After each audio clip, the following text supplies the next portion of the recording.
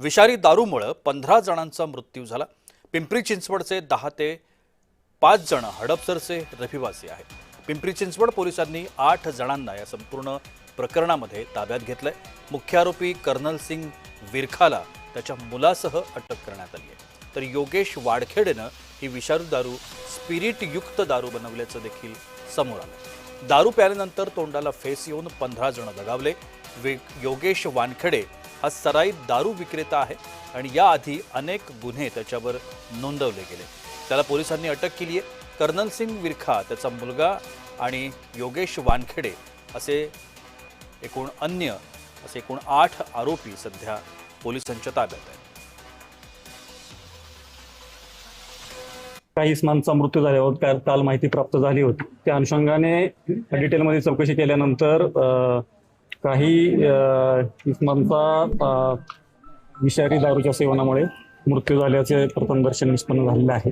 त्याच्यामध्ये आतापर्यंत 7 लोकांचा मृत्यू झालेला आहे आणि 3 इसमांवर विविध हॉस्पिटलमध्ये उपचार सुरू आहेत। एक्साईज आणि पोलीस विभागाने आतापर्यंत 8 आरोपींना ताब्यात घेतलेला आहे आणि या घटनेचा पुढील तपास सुरू आहे। दरम्यान या संपूर्ण विषारी दारू प्रकरणामध्ये आतापर्यंत 8 लोकांना अटक झाली आहे। मुख्य आरोपी कर्नल सिंग विरखाचे मुसक्या आवळल्या गेलेत। विषारू दारू कुठे बनली याचा देखील शोध घेतला गेलाय। पोलीस आयुक्तांसोबत विस्तृत बोलणं झालंय अशा पद्धतीची माहिती मुख्यमंत्री देवेंद्र फडणवीस यांनी प्रसारमाध्यमांना दिली आहे। माझं पोलीस आयुक्तांशी बोलणं झालेलं आहे। कुठल्या ठिकाणी हे तयार झालं आहे ते देखील त्यांनी शोधून काढलेलं आहे। जे काही याच्या पाठीमागचे लोक आहेत त्यांना अटक करण्यात आलेली आहे। अजून काही लोक याच्यात असू शकतात, ते शोधण्याचं काम चाललेलं आहे। जे लोक आता थोडे सिरियस आहेत त्यांना मेडिकल हेल्प देऊन त्यांना वाचवण्याचा प्रयत्न चाललेला आहे। एकूणच घटना ही अत्यंत सिरियस आहे आणि ज्या ठिकाणी हे सगळं तयार झालेलं आहे त्याच्या पाठीमागे कोण कोण आहे हे देखील पोलीस शोधून काढतायत। 8 लोक अटक झालेत, अजून काही लोक अटक होऊ शकतात।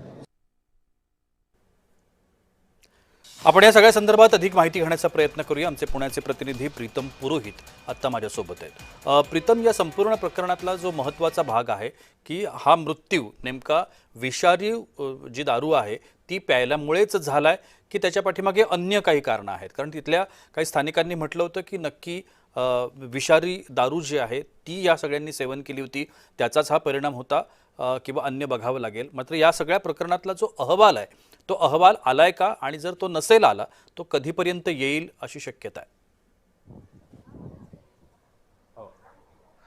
खरं तर प्रशांत, पाहिलं तर आज पुण्यामध्ये सकाळी जवळपास 20 जण, मी सांगतोय 20 जण जे आहेत ते विषारी दारू पिऊन झाल्याचं दगावलेलं आहे। मात्र काही हॉस्पिटल्सनी जे आहे त्यांची नॅचरल डेथ दाखवली, कारण लोकांचा आक्रोश देखील तीव्र आहे। मी आत्ता पुण्यातील पिंपरी चिंचवड परिसरामध्ये याच भागामध्ये आझादनगर मैदानामध्ये आहे आणि इथेच आज सकाळी आनंद काशीनाथ निकाजे वय 65 यांचं निधन झालं आणि त्याच्या शेजारीच 2 बंधू राहतात राठोड, त्यांचं देखील निधन झालं आहे। पलीकडच्या बाजूला बघायचं म्हटल्यास तिथे 7 ते 8 लोक देखील ही विषारी दारू पिऊन दगावली आहेत आणि हडपसरमध्ये देखील 5 ते 7 लोक दगावलेत। आकडा 20च्या आसपास आहे। या सगळ्या फुगेवाडी परिसरामध्ये आझाद चौकामध्ये सगळीकडे एकदम शोककळा पसरली आहे। आपल्याच भागातील 15 ते 20 लोक मृत्यू पावलेले आहेत। स्मशानभूमीमध्ये यांना अंतिम संस्कार करण्यासाठी जागा देखील नाही आहे। प्रत्येकाच्या मनामध्ये रोष आहे, प्रत्येकाच्या मनामध्ये चीड आहे, कारण ही विषारी दारू पिल्यामुळे यांचा मृत्यू दुर्दैवी अंत झालेला आहे। दुसरी गोष्ट, हा भाग जो आहे तो कष्टकरी वर्गाचा आहे, त्याच्यामुळे अनेक लोक कष्टकरी वर्ग राहतात, ज्यांचं हातावरती पोट आहे, ते असे राहतात आणि कुठेतरी रिलॅक्स राहावं, बॉडी शांत राहावी यासाठी म्हणून ते दारू सेवन करतात। हे नित्याचं आहे इथे। मात्र इतकं भीषण आज सगळं ही परिस्थिती लोक अनुभवत आहेत आणि ह्या लोकांना प्रीतम या सगळ्या संपूर्ण प्रकारामध्ये अनेक दारूच्या भट्ट्या या भागामध्ये वेळोवेळी तो सगळा जो भाग आहे हा कष्टकरी वर्गाचा भाग आहे। त्या ठिकाणी अनेक कामगार लोक त्या ठिकाणी राहतात आणि त्यांच्यासाठी हे सगळं नित्यनियमाचं आहे। ज्या आरोपींना अटक केली गेली आहे हे सातत्यानं अशा पद्धतीची गोष्टी त्या ठिकाणी करत होते का, आणि ही जी सगळी मंडळी आहेत ही त्यांच्या परिचयातली होती का, आणि हे सगळं नित्यनियमाचं होतं असेल तर ते किती काळापासून सुरू होतं? प्रशांत, खरं तर पाहिलं तर ह्या प्रकरणामध्ये आत्तापर्यंत 8 जणांना ताब्यात घेतलं आहे. मात्र हे लोक नियमित त्यांच्या गुत्त्यावरती जात होते आणि तिथे असंख्य गर्दी होती, हे नियमित होतं.